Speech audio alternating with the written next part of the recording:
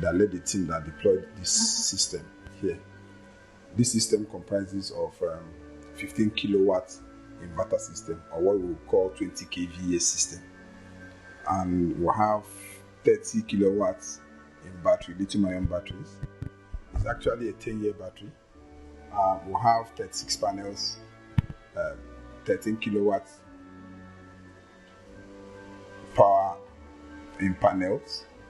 And these systems are seamlessly integrated together to be able to generate power that will serve the entire clinic. All the things in the clinic, majorly the theater, the wards, the offices, and every other thing is powered. It has always been running. It has been running since we deployed it and running seamlessly. These systems are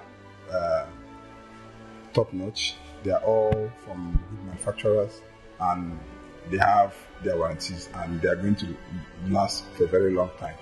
The protection systems that are both the surges, DC surges, the AC surges, they are all protected.